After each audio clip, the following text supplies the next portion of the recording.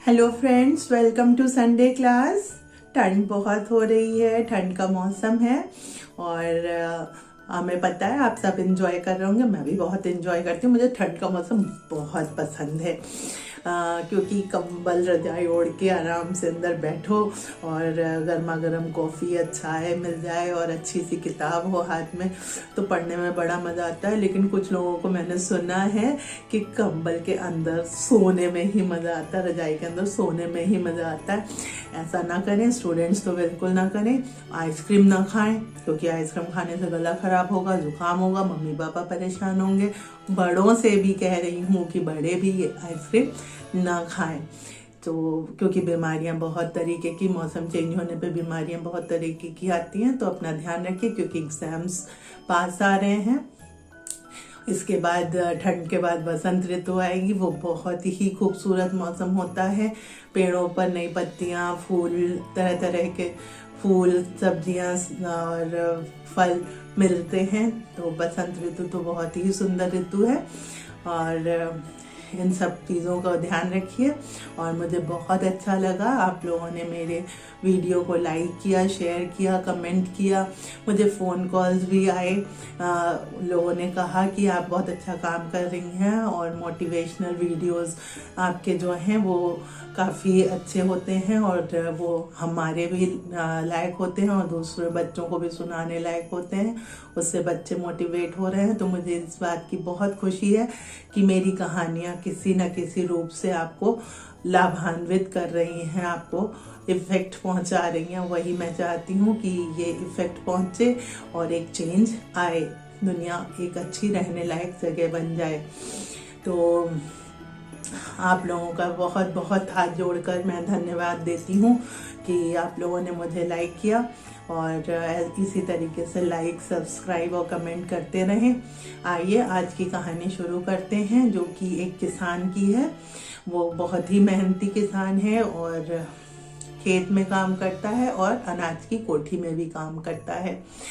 उस किसान के पास एक घड़ी है जो कि उसके पिता ने उसे दी और उस घड़ी से उसका बहुत भावनात्मक संबंध है। वो दिन रात उसे पहना रहता है, वो उसे निकालता नहीं। एक दिन वो अपने खेत से काम करके कोठी की तरफ आया, कोठी में काम करने के लिए आया और वो कोठी में काम करते करते इतना तल्लीन हो गया कि वो समय को भूल गया। तो अचानक से जब उसे याद आया तो उसने अपनी कलाई की तरफ देखा तो कलाई खाली पड़ी थी, कलाई में घड़ी नहीं थी। वो बौखला सा गया। उसने हर तरफ ढूंढा, एक एक कोना कोठी का छान मारा, लेकिन उसे कहीं घड़ी नहीं मिली। वो उदास होकर बैठ गया, सोचने लगा कि अब मैं क्या करूं। मेरे पिताजी की अमानत थी वो और वो मुझसे गुम गई है। अब मैं क्या करूं, मेरे को समझ में नहीं आ रहा है। बहुत उदास होकर वो कोठी के बाहर निकला। कोठी के बाहर जैसे ही निकला तो उसने देखा कि वहां पर बच्चे खेल रहे थे। बच्चों को खेलता देखकर उसने कहा कि जो बच्चा इसमें से मेरी घड़ी ढूंढ लाएगा, क्योंकि मेरी घड़ी गुम गई है, और उसे मैं इनाम दूंगा। तो बच्चे जो हैं लालचवश कहने लगे कि ठीक है, हम आपकी घड़ी ढूंढ लाएंगे और हमें मौका दीजिए। तो सारे बच्चे एक साथ अंदर चले गए और क्या करने लगे, घड़ी ढूंढने लगे। अब घड़ी ढूंढने के लिए वो लोग ने जी जान लगा दी। वो एक एक कोना वो लोगों ने भी तलाश डाला, लेकिन घड़ी नहीं मिली। आखिरकार जब घड़ी नहीं मिली तो सारे बच्चे आकर किसान से कहते हैं, भैया हमें घड़ी नहीं मिली, हमने ढूंढने का बहुत प्रयास किया लेकिन घड़ी हमें मिली नहीं। तो किसान ने कहा, हो सकता है मेरी किस्मत में ही ना हो, चलो तुम लोग भी घर चलो, अब मैं भी जाता हूँ। लेकिन वो घर गया नहीं, वो वहां बैठा रहा, उदास सोचता रहा। तभी उनमें से एक बच्चा वापस लौट के आया और कहता है, भैया चलो अगर आप आदेश दो तो मैं एक बार और घड़ी ढूंढना चाहता हूँ। तो किसान थका हारा तो था ही, उसने कहा ठीक है, जाओ तुम एक बार और प्रयास कर लो। तो वो लड़का एक बार और प्रयास करने के लिए चला गया। ज्यादा समय बीता ही नहीं था जैसे ही वो गया, समझ लीजिए 10 मिनट में वो बाहर आ गया, उसके हाथ में घड़ी भी थी। किसान तो खुशी के मारे मतलब बेहाल हो गया खुशी से।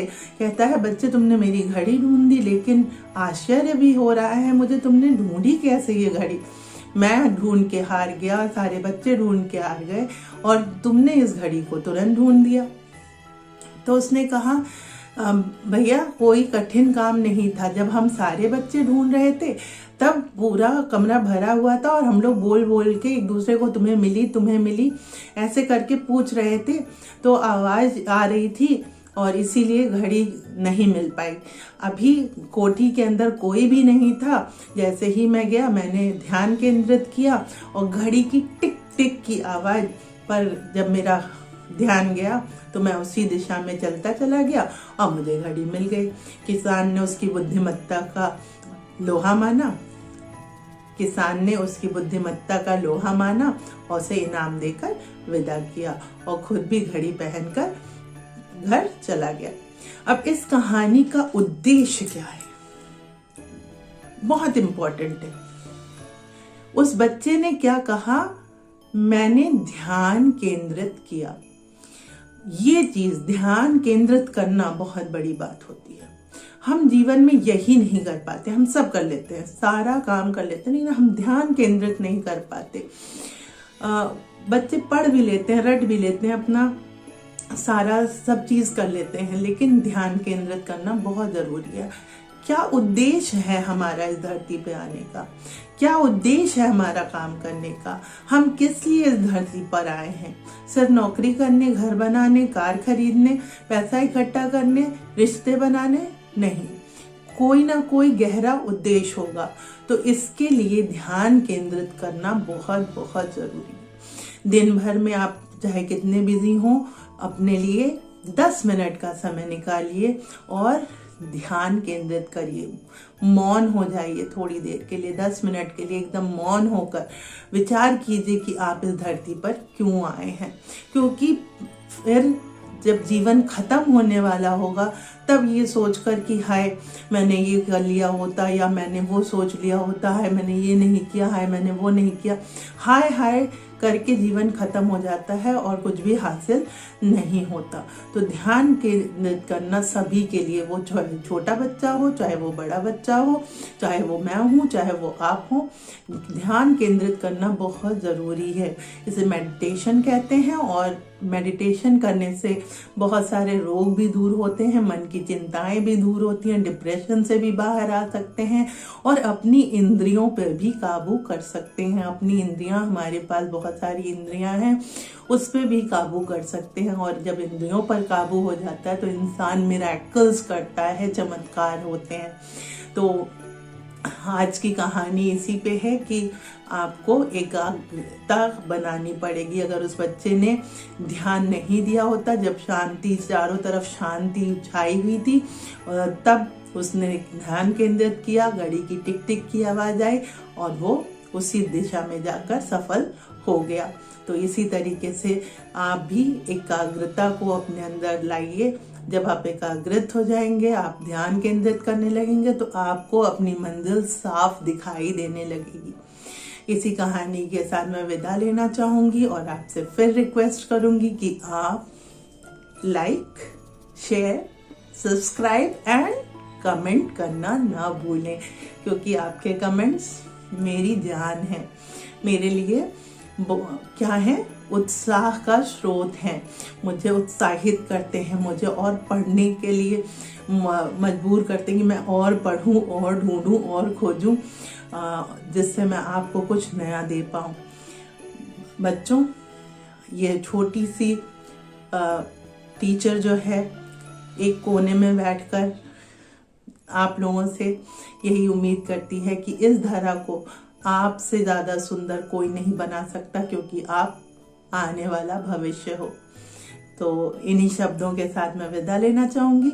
Next Sunday I will be there. Till then, stay safe, stay healthy. Bye bye.